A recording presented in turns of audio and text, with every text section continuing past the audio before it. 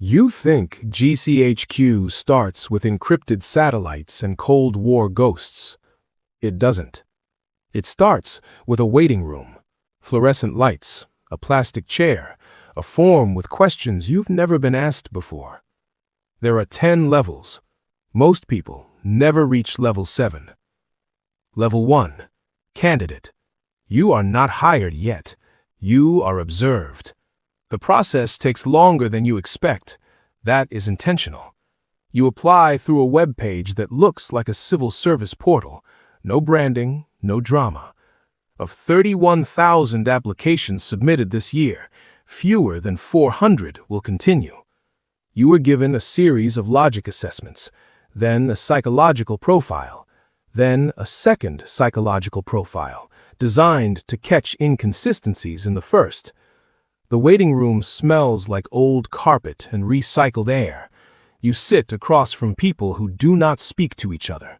None of you will ever meet again. A letter arrives 11 weeks later. It does not explain why you passed.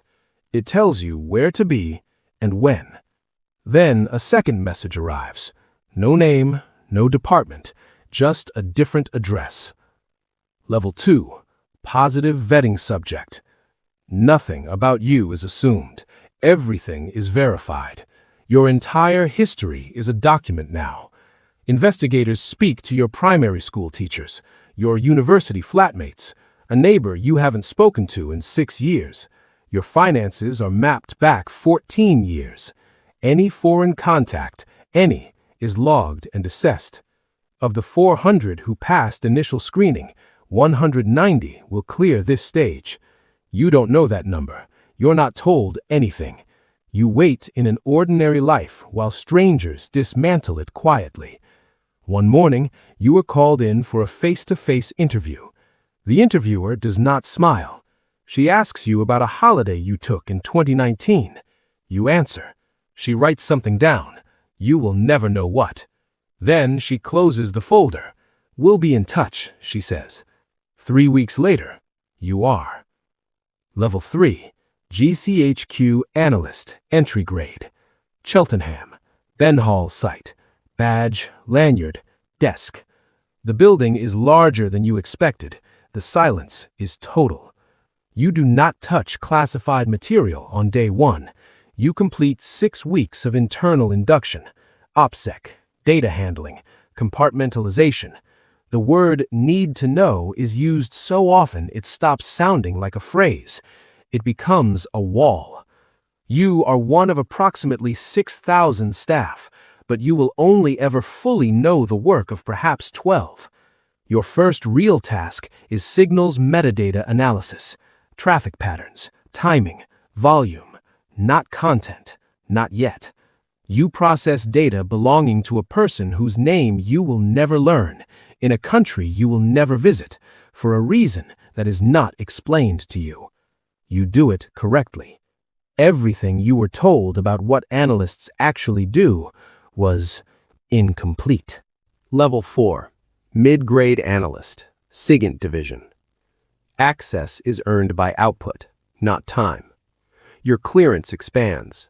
You now read finished intelligence product, reports assembled from raw intercepts. You understand, for the first time, the full chain between raw signal and political decision. The distance is shorter than you imagined. A signals collection you contributed to last autumn, anonymously, unknowingly, appears in a briefing document stamped for the National Security Council. You are one of fewer than 800 analysts with this level of read access. The canteen at Ben Hall smells like institutional soup and warm servers. You eat lunch at your desk more often now. Your partner asks why you've been distracted lately. You give them the answer you were trained to give. It isn't a lie exactly. The file you're currently working contains a name. You recognize it. You wish you didn't. Level 5. Senior Analyst, Targeting. You are no longer observing, you are identifying. The difference is significant. It is also permanent. Targeting means your assessment determines whether a name moves on to an active list. You write a 6-page intelligence justification. It goes upward through 2 review layers. If it is approved, you will not be told what happens next. That is protocol. You are one of perhaps 200 analysts in the UK with this specific function. The radiator in your office ticks at 2 a.m. You are still there to hear it. You stop sleeping through the full night around month 4. You don't connect it to the work. Not yet. A targeting assessment you submitted 9 months ago reappears on your desk. It has been reflagged. The file says 47 known contacts. You were originally briefed on 12. The difference means someone withheld information. For years. Level 6. GCHQ Liaison Officer, Partner Agencies. You leave Cheltenham. Not permanently, but the desk is no longer your world. You rotate through Joint Intelligence Structures, NCSC, MI5 interface, occasionally Five Eyes coordination channels. You carry a different badge now. The work involves translating GCHQ product for agencies with different collection frameworks. You learn that every partner has something they don't share fully, including you. This is understood by everyone. It is never said aloud. In a briefing room in Ottawa, you sit across from an NSA representative and a Canadian CSIS officer. The air conditioning hums. Outside, it is -14. You present a joint collection summary. At no point does anyone in the room say what it will be used for. Neither is acceptable. You have 72 hours to recommend one. Level 7. SO15 Joint Terrorism Analysis Center Secondment. You are no longer working at arm's length from consequence. The JTAC operates at the intersection of intelligence and operational reality. Every product you process here has a downstream action attached. Surveillance deployments, arrest warrants, in rare cases, disruption operations. You are one of 14 GCHQ personnel embedded at this level in the current rotation. Your decisions have a physical address. A Tuesday morning. A door opening somewhere. The legal frameworks governing your work run to 340 pages. You have read all of them. That does not make the decisions cleaner. The fluorescent light in the JTAC briefing suite flickers when the heating kicks in. You notice everything now. That is the job. Your partner has stopped asking when the distraction will end. That is the answer. An asset handler contacts you through a dead drop channel. The communication contains a name you haven't seen since Level 4. The file was supposed to be closed. Level 8.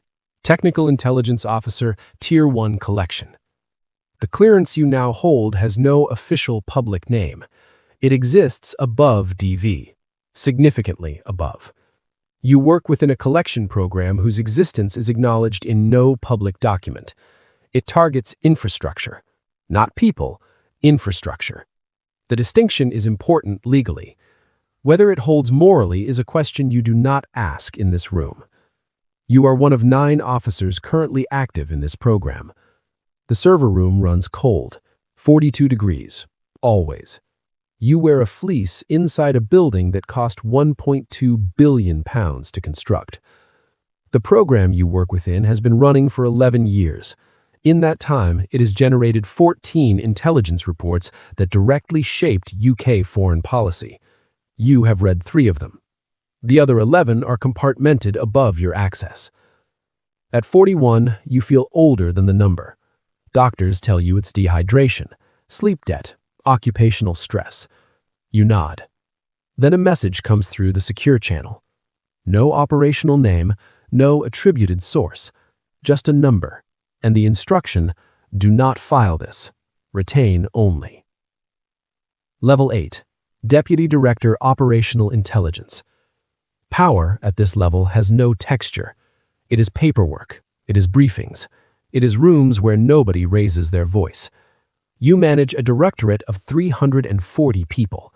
Most of them do not know your name. You know everything about the work and almost nothing about the people doing it. That is the design. In a single week, you approve 3 collection expansions, attend 2 COBRA preparatory sessions, and sign a legal authorization that a QC spent 4 months drafting.